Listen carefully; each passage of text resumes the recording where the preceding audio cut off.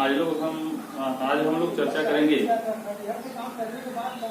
जीव विज्ञान के विषय में, जिसमें पिछली क्लास में हमने बताया था आपको मेंडल के नियम से संबंधित कुछ बातें बताई थी मैंने। तो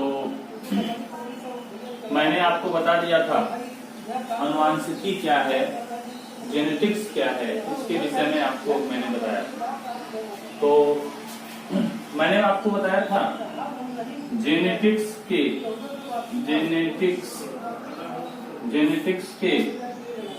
यानी आनुवांशिकी के जनक। जेनेटिक्स का मतलब आनुवांशिकी के जनक कौन है? तो आनुवांशिकी के जनक की बात हुई तो आनुवांशिकी के जनक में मैंने कल की क्लास में आपको बताया था कि मेंडल एक वैज्ञानिक थे। तो मेंडल जो थे वो जेनेटिक्स के, आनुवांशिकी के जनक कहे जाते हैं।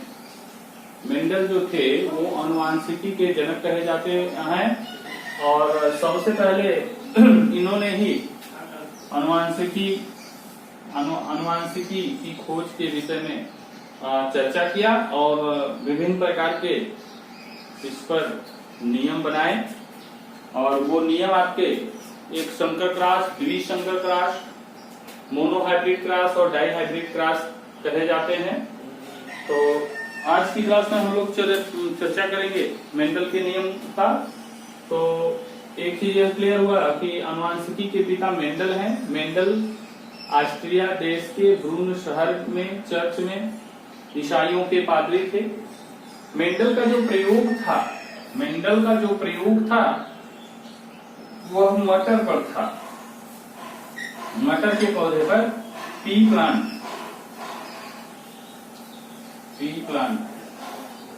मटर के पौधे पर मेंडल का प्रयोग था, जिसका वैज्ञानिक नाम मैंने आपको बता दिया है, पाइसम सटाइलम।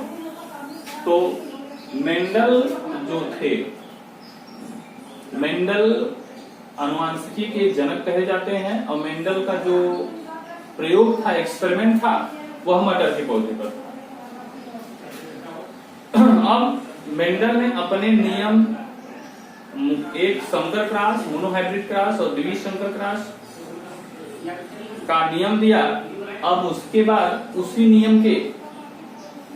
नियम में कुछ ऐसे लक्षण को हमको जानना होगा कि जब तक हम इस लक्षण को नहीं जानेंगे तब तक हम लोग उनके नियम को नहीं समझ पाएंगे। तो एक चीज ये क्लियर है कि मेंडल ने जो मटर का पौधा लिया था, मेंडल ने जो मटर का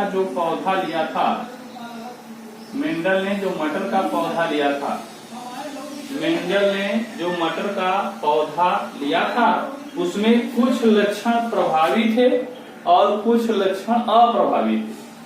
अब इसी के विषय में हम लोगों को चर्चा करना है, उसके बाद हम मेंडल के नियम को पढ़ेंगे। तो मटर का जो पौधा था उसमें मेंडल ने देखा अपने प्रयोग में कुछ प्रभावी लक्षण उसने देखा और कुछ अप्रभावी लक्षण देखा। तो अब हम चर्चा करेंगे कि कौन कौन से प्रभावी लक्षण के विषय में मेंडल ने चर्चा किया था और कौन अप्रभावी लक्षण के विषय में चर्चा किया था।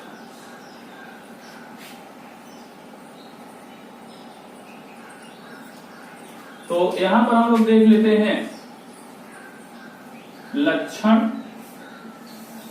मटर के पौधे के कौन कौन से लक्षण हैं जो प्रभावी हैं और कौन कौन से लक्षण हैं जो अप्रभावी हैं, उसको हम लोग देख लेते हैं। प्रबल लक्षण जो है वो प्रबल है, इसको कहते हैं डोमिनेंस।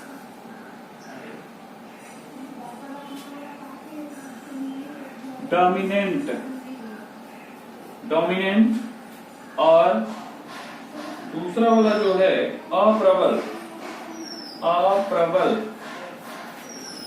दूसरे वाला जो है वो अप्रबल है, इसको कहते हैं रेसेसिव।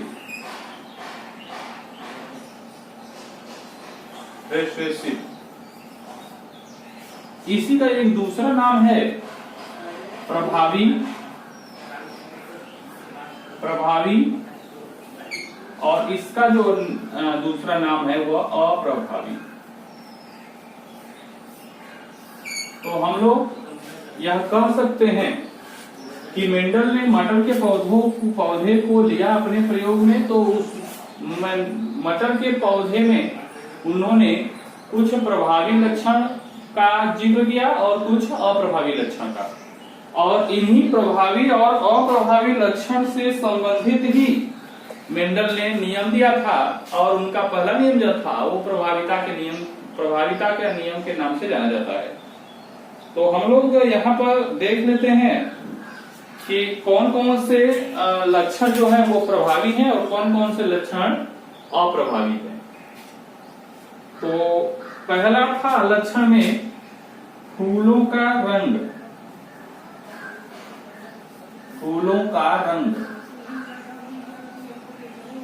रंग, दूसरा था लक्षण में फूलों की स्थिति,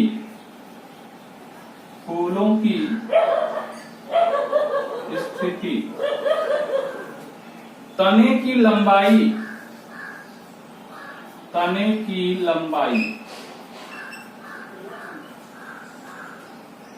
कच्ची फली का रंग, पकी हुई फली की आकृति,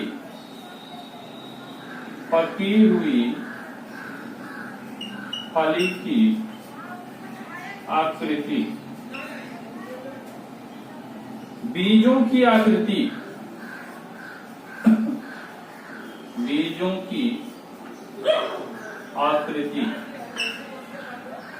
बीज पत्रों का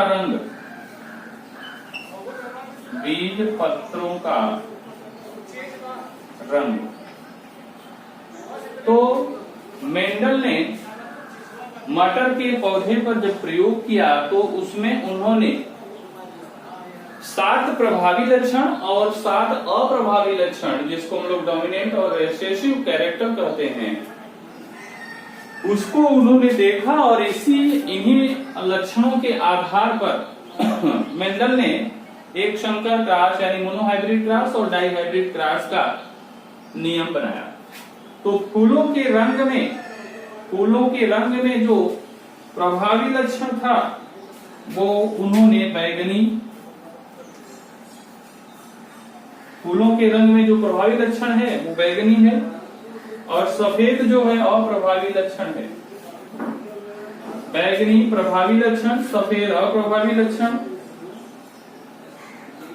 अच्छवर्ती फूलों की स्थिति, अच्छवर्ती को कहते हैं एक्सिलरी। और आप लोग अच्छवर्ती नहीं समझ पाए तो ये चीज समझिए, यहाँ पर ये मान लीजिए ये फ्लावर है, ये पत्ती है, ये आपकी पत्ती है, यहाँ से फूल निकले, पत्ती के कक्ष से जब फूल निकले, यहाँ ध्यान दीजिएगा, पत्ती के कक्ष से जब फूल निकले तो इसको एक्सिलरी कहते हैं। और यही अगर शिखर पर फूल लगता है तो उसको हम लोग टर्मिनल कहते हैं। डायग्राम से ये क्लियर है कि अच्छवर्ती यानी इसको कहते हैं एक्सिलरी, और ये है आपका टर्मिनल। टर्मिनल को कहते हैं अग्रस्थ, टर्मिनल कहते हैं। यानी जब प्लांट के शिखर पर फूल लगता है, टॉप, किसी भी प्लांट के टॉप पर जब फूल लगता है, इस तरह डायग्राम से एकदम क्लियर है। यहाँ देखिए आप, शिखर पर फूल लगता है तो इसको टर्मिनल या अग्रस्थ कहते हैं, यह अप्रभावी लक्षण है। और एक्सिलरी जो है वो पत्ती के कक्ष पर, टॉप पर न लगकर पत्ती के कक्ष पर, तो ये आपका प्रभावी लक्षण है। तीसरा है तने की लंबाई। तने की लंबाई में लंबा लंबा टाल प्रभावी लक्षण, और डार्क नाटा जिसको कहते हैं, नाटा या बौना, नाटा या बौना, यह जो है वो आपका जिसको डार्क कहते हैं, यह अप्रभावी लक्षण है। कच्ची फली के रंग की अगर हम बात करें, कच्ची फली के रंग में जो हरा रंग है वो प्रभावी है और जो पीला है वह अप्रभावी लक्षण है। उसके बाद पकी हुई फली की आकृति में फूली हुई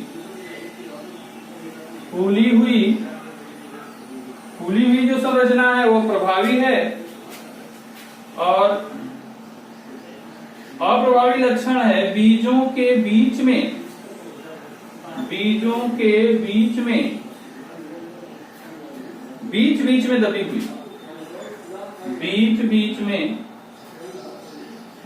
हुई, बीच में दबी हुई। बीजों की आकृति की अगर हम बात करें तो गोल जो है वह प्रभावी लक्षण है, और झुर्रीदार जो है वो अप्रभावी लक्षण है। बीज पत्रों की रंग की बात करें तो पीला जो है वो प्रभावी लक्षण है और हरा जो है अप्रभावी लक्षण है। तो मेंडल ने अपने प्रयोग में इन 7 लक्षणों का जिक्र किया, और ये लक्षण 7 लक्षणों के आधार पर ही उन्होंने एक संकर क्रॉस और द्विसंकर क्रॉस का जिक्र किया। तो अब इन मेंडल के नियम में यह जानना बहुत जरूरी है कि कौन सा प्रभावी लक्षण है, किसी भी पौधे का जो लक्षण है वह प्रभावी लक्षण कौन सा है, कौन सा अप्रभावी लक्षण है, इस चीज का जिक्र करना या जानना बड़ा जरूरी है। क्योंकि जब तक आप डोमिनेंट और रिसेसिव कैरेक्टर किसी भी प्लांट का नहीं जानेंगे तब तक आपको नियम जानने में दिक्कत आएगी। तो लक्षण में उन्होंने 7 लक्षण लिया: फूलों का रंग, फूलों की स्थिति, तने की लंबाई, कच्ची फली का रंग, पकी हुई फली की आकृति, बीजों की आकृति, बीज पत्रों का रंग।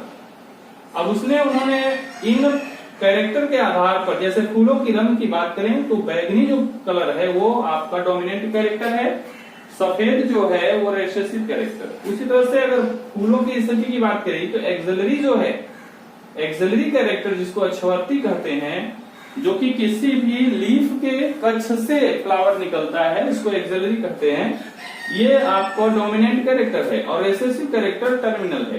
टर्मिनल का मतलब जो टॉप पर अगर फ्लावर लग जाता है तो उसको हम लोग टर्मिनल कहते हैं। तने की लंबाई में टाल जो है आपका डोमिनेंट कैरेक्टर है, यानी प्रभावी लक्षण है। नाटा जिसको बौना कहते हैं वो अप्रभावी लक्षण है। कच्ची फली का रंग जो है, हरा जो है वो डोमिनेंट कैरेक्टर है, पीला रिसेसिव कैरेक्टर है। पकी हुई फली की आकृति में फूली हुई स्थिति, फली की फूली हुई स्थिति, अगर फूली हुई स्थिति है तो वो डोमिनेंट कैरेक्टर है। झुर्रीदार है तो वो आपका रिसेसिव कैरेक्टर है। बीजों की आकृति में गोल जो है वो प्रभावी लक्षण है, और झुर्रीदार जो है वो अप्रभावी लक्षण है। बीज पत्रों का रंग में पीला जो है वो प्रभावी और हरा जो है अप्रभावी लक्षण है। तो इन कैरेक्टर के आधार पर ही मेंडल ने अपने नियम दिए, जिसमें हम लोग सबसे पहले पढ़ेंगे मोनोहाइब्रिड क्रॉस का प्रभाविता का नियम।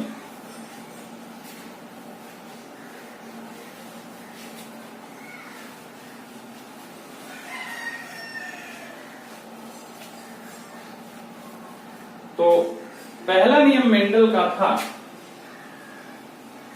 मेंडल का प्रभाविता का नियम, मेंडल का प्रभाविता का नियम। Law of dominant character, law of dominant character, प्रभाविता का नियम। देखिए यहाँ पर एक चीज हमको ये आपको बताना है कि मेंडल ने अपने प्रयोग में जो पौधा लिया था, पी प्लांट्स को लिया था, उन्होंने 7 कैरेक्टर को रेसेसिव और डोमिनेंट कैरेक्टर के आधार पर क्लासिफाई किया और उन 7 लक्षणों में से किसी भी लक्षण को लेकर उनका एक्सपेरिमेंट था, जिसमें उन्होंने एक रेसेसिव कैरेक्टर और एक डोमिनेंट कैरेक्टर का जिक्र करके अपना एक्सपेरिमेंट किया। अब उस एक्सपेरिमेंट के आधार पर उन्होंने अपने नियम बनाए। अब इन नियम में मेंडल के प्रभाविता का नियम पहला नियम है। तो इस मेंडल के प्रभाविता का नियम से यहाँ एक वर्ड आ रहा है प्रभाविता। प्रभाविता का नियम, इसका मतलब है कि पहला जो नियम था उसमें मेंडल ने बताया कि अगर 2 ऐसे कैरेक्टर, जो कि यहाँ 7 जो कैरेक्टर उन्होंने लिया था, इसमें से कोई भी कैरेक्टर को अगर लिया जाए तो 2 अलग अलग प्लांट के बीच में अगर क्रॉस कराया जाता है, यानी एक प्रभावी लक्षण और एक अप्रभावी लक्षण के प्लांट्स के बीच अगर क्रॉस कराया जाता है, तो प्रथम पीढ़ी में वही लक्षण दिखाई देते हैं जो प्रभावी होते हैं। यानी जो अप्रभावी लक्षण है उनको प्रभावी लक्षण के जो जीनोटाइप जीन्स होते हैं वो उनको दबा देते हैं, और प्रथम पीढ़ी में जो प्रभावी लक्षण के जीनोटाइप होते हैं वो ही प्रथम पीढ़ी में दिखाई देते हैं। जैसे यहाँ पर एक एग्जाम्पल के द्वारा हम आपको बता दें, यानी प्रभाविता का नियम एकदम क्लियर हो गया। फिर से हम बताना चाहेंगे कि एक अगर अप्रभावी लक्षण है, एक अप्रभावी लक्षण का प्लांट है, दूसरा अप्रभावी लक्षण का, एक प्रभावी लक्षण का दूसरा अप्रभावी लक्षण का जीन्स है, वो सॉरी प्लांट है, तो प्रथम पीढ़ी में जो प्रभावी लक्षण वाला पौधा होगा वह कम प्रभावी लक्षण यानी अप्रभावी लक्षण को प्रथम पीढ़ी में नहीं आने देता है, और प्रभावी लक्षण वाले पौधे ही प्रथम पीढ़ी में दिखाई देते हैं।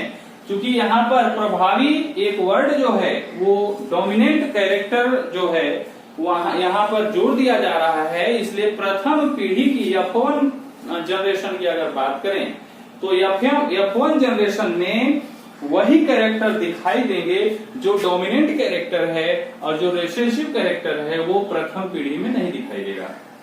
यहाँ पर देख लेते हैं, यहाँ पर मैंने एक टाल प्लांट लिया है। टाल इसका जो जीन्स है वो कैपिटल टी है। किसी भी प्लांट के जीनोटाइप को हम लोग जीनोटाइप को यहाँ पर कैपिटल जीनोटाइप को लेटर से व्यक्त करते हैं। तो अगर डोमिनेंट कैरेक्टर होता है तो उसको कैपिटल लेटर से शो करते हैं, अगर रिसेसिव कैरेक्टर होता है तो इसको स्मॉल लेटर से दिखाते हैं। जैसे यहाँ पर टाल हो गया, ये टाल है तो दोनों मैंने टी कैपिटल लिखा है। यहाँ पर ये मल्टीप्लाइड का चिन्ह का मतलब है क्रॉस। क्रॉस किसके बीच कराया जा रहा है? ये टाल का मतलब लंबा और ये बौना, डार्क का मतलब बौना। इसके जीनोटाइप के देख लेते हैं, स्मॉल टी। तो इसके बीच क्रॉस अगर कराया जाता है तो ये जो है बौना जो है वो रिसेसिव कैरेक्टर है, और लंबा जो है वो डोमिनेंट कैरेक्टर है। तो लंबा जो है वो डोमिनेंट कैरेक्टर है, तो जिसको हम लोग जीनोटाइप को कैपिटल लेटर से लिखेंगे, और जीनोटाइप को जो रिसेसिव कैरेक्टर है उसको मैंने अभी बताया कि स्मॉल लेटर से लिखते हैं। जब मियासिस होता है और सूत्री विभाजन मियासिस होता है तो ये जो जीनोटाइप यानी जीन्स जो हैं वो विभाजित हो जाते हैं 2 भागों में। ऐसे यहां पर भी जो आपका रिसेसिव कैरेक्टर है मियासिस के बाद उसके भी जीन्स जो होते हैं अलग हो जाते हैं। अब यहां से इसको दोनों का एक आपका ऐसे मान लीजिए कि एक आपका ओवा है, एक स्पर्म है। जैसे मनुष्य में होता है ओवा स्पर्म फर्टिलाइजेशन होता है क्रॉस होने के बाद, ऐसे यहाँ पर प्लांट में भी आप यहाँ पर जब भी इसको मिलाएंगे एक ही प्लांट के जीनोटाइप को नहीं मिलाएंगे, दूसरे प्लांट के पहले वाले प्लांट के जीनोटाइप को मिलाएंगे। यहाँ पर देखिए ये जो जीन्स है इससे ये मैच कराएंगे, तो ये यहाँ पर आ जाएगा स्मॉल टी कैपिटल टी, फिर यहां से इसको मिलाएंगे, ये स्मॉल टी कैपिटल टी, फिर इसको इससे मिलाएंगे, स्मॉल टी कैपिटल टी, और फिर इसको इससे मिला देंगे, स्मॉल टी कैपिटल टी। तो आपने यहां देखा कि जो हमारे चारों जीनोटाइप आ रहे हैं, प्लांट का जो जेनेटिक कैरेक्टर, जो जीनोटाइप जिसको हम लोग कह रहे हैं, आ रहा है F1 जनरेशन में, F1 पीढ़ी, यानी F1 जनरेशन मतलब F1 पीढ़ी में जो भी जितने भी प्लांट्स हुए हैं वो टोटल प्रभावी लक्षण वाले हैं, यानी ऑल टाल सभी जो हैं प्रभावी हैं। अगर आप बात करेंगे, यहां पर एक बात करेंगे कि आप कहेंगे सर अभी आपने बोला कि जो डोमिनेंट कैरेक्टर है वो कैपिटल लेटर है और जो रिसेसिव कैरेक्टर है वो स्मॉल लेटर से व्यक्त करते हैं, शो करते हैं। तो यहां पर आप देखेंगे जो ये कैपिटल लेटर है, ये कैपिटल लेटर जो है वो प्रभावी लक्षण है, डोमिनेंट कैरेक्टर है, रिसेसिव कैरेक्टर स्मॉल लेटर से है। तो आप यहां पर कहेंगे सर ऑल टाल आप बता रहे हैं तो एक इसमें स्मॉल है और एक कैपिटल है। तो यहां पर हम आपको दिखाना चाहेंगे कि जब दोनों कैपिटल लेटर है तो वो प्रभावी लक्षण है, एक स्मॉल एक कैपिटल है तब पर भी प्रभावी लक्षण है। और केवल एक ही कंडीशन ऐसी है कि जब आपके दोनों जीन्स जो हैं, जो दोनों जीन्स जो हैं,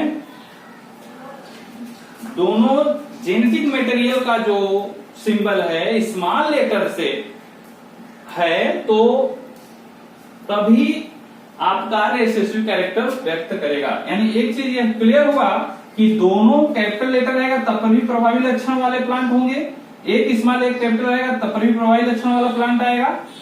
एक कंडीशन में अप्रभावी लक्षण होगा जब दोनों जीनोटाइप सिंबल जो है वो स्मॉल लेटर से रहेंगे, तब वो अप्रभावी लक्षण होगा। तो एक चीज यह क्लियर हुआ कि सभी में